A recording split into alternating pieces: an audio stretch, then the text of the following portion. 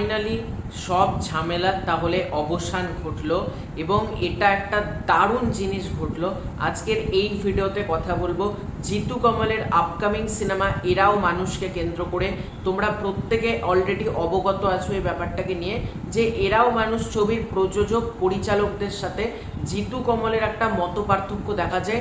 এই কারণে জিতু কমল সিনেমাটা থেকে বেরিয়ে আসে এবং সে ক্লিয়ারলি জানায় যে আমি এই ছবির ডাবিংও করব না এবং প্রডিউসার জিতু কমলের নামে মামলা করে আর্টিস্ট ফোরাম গিল্ডে এবং জিতু কমলও একইভাবে কিন্তু প্রডিউসার পরিচালকদের নামে মামলা করে এবং জিতু কমল ফেসবুকে নানান রকম পোস্ট করতে থাকে পরিচালকদের যে গাফিলতি, প্রোডাকশন হাউসের যে গাফিলতি, সেগুলো নিয়ে কিন্তু সে মুখ খুলেছে।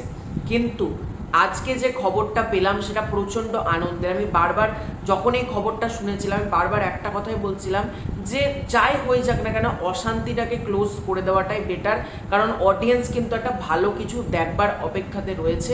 অডিয়েন্স যেন এই ছবিটা দেখতে পায় এবং এই ছবিতে তোমরা প্রত্যেকে জানো রাহুল অরুণোদয় বন্দ্যোপাধ্যায়, রাহুল দাও কিন্তু রয়েছে এবং রাহুল দা সেও কিন্তু মারা যাওয়ার আগে জিতুকে বলেছিলেন যে ছবিটা তো খুব ভালো হয়েছে, যা ঝামেলা হয়েছে মিটমাট করে নাও এবং অডিয়েন্স যাতে একটা ভালো কিছু দেখতে পায় সেটাও কিন্তু রাহুল দা জানিয়েছিল।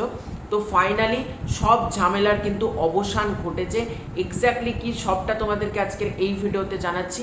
তার আগে ছোট্ট অনুরোধ করব তোমরা প্রত্যেকে সম্পূর্ণ ভিডিওটা দেখো।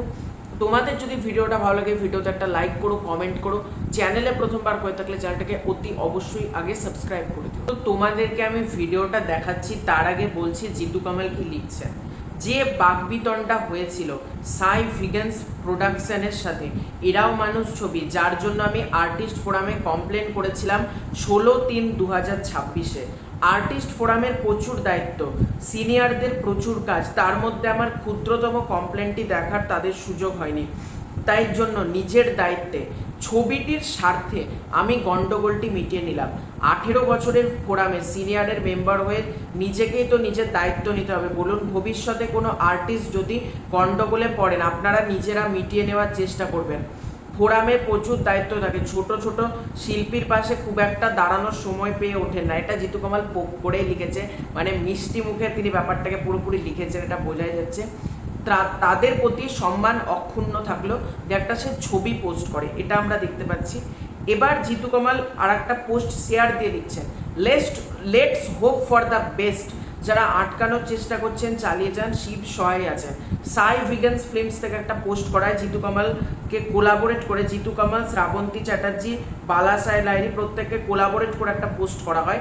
সেখানে লেখা হচ্ছে পরিবারে মতভেদ থাকতেই পারে কিন্তু আজ সব ভুল বোঝাবুঝির অবসান, আমরা আবার একসাথে, একটা পরিবার, একটাই লক্ষ্য, এরাও মানুষ। দেখি ভিডিওতে কি বলছে তারা। তো চলো ঝট করে আমরা একবার ভিডিওটা চালিয়ে দেখি। আজকে আমরা আমাদের ছবি এরাও মানুষের টিম কিছু কথা বলতে আপনাদের সামনে এসেছি। Jitu, over to you. আমাদের মধ্যে আমাদের ডিরেক্টর বাকি কোনো কথা জিজ্ঞেস করবেন, বাকি হলে গিয়ে জিজ্ঞেস করবেন, যা মতামত ছিল তার কথার মাধ্যমেই আর কি শেষ হয়। মেন কথা হচ্ছে বসতে হয়, একে অপরের কথা শুনতে হয়, সেই শোনার জায়গাটা কমিউনিকেশনের একটা গ্যাপ হচ্ছিল। তো we have sorted out everything. So now we are a team. আমরা একটা টিম ছিলাম, এখন একটা টিম আছি।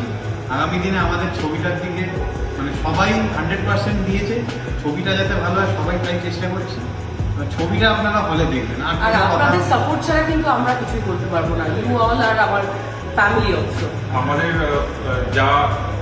যেটা হয়েছিল সেটা আমাদের মধ্যে আজকে সুন্দরভাবে আমরা সর্ট আউট করে নিয়েছি। এখন আমরা টিম, আমরা চাই এরাও মানুষটা রাহুলদার যেহেতু লাস্ট শ্যুট করা ছবি এবং এরকম রোল রাহুলদা আগে করেননি বলে উনি খুব এক্সাইটেড ছিলেন। তো আমরা সবাই মিলে ডিসাইড করেছি যে অ্যাজ আ ট্রিবিউট টু রাহুলদা আমরা অ্যাজ আ টিম ইউনাইটেড হয়ে ছবিটার জন্য অল আউট খেলে ছবিটাকে সবার মধ্যে পৌঁছে দিই।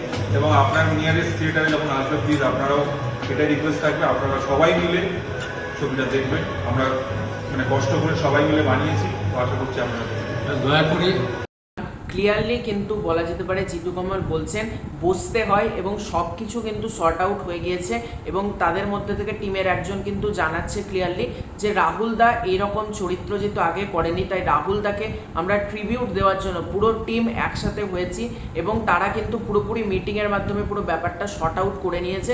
আমি এটাই চাইছিলাম অডিয়েন্স এবার এরাও মানুষ একটা ভালো কিছু কিন্তু পাবে সিনেমা হলে গিয়ে, ঝামেলার কিচ্ছু থাকবে না, কারণ ডাবিংও জিতু কামালি করবেন।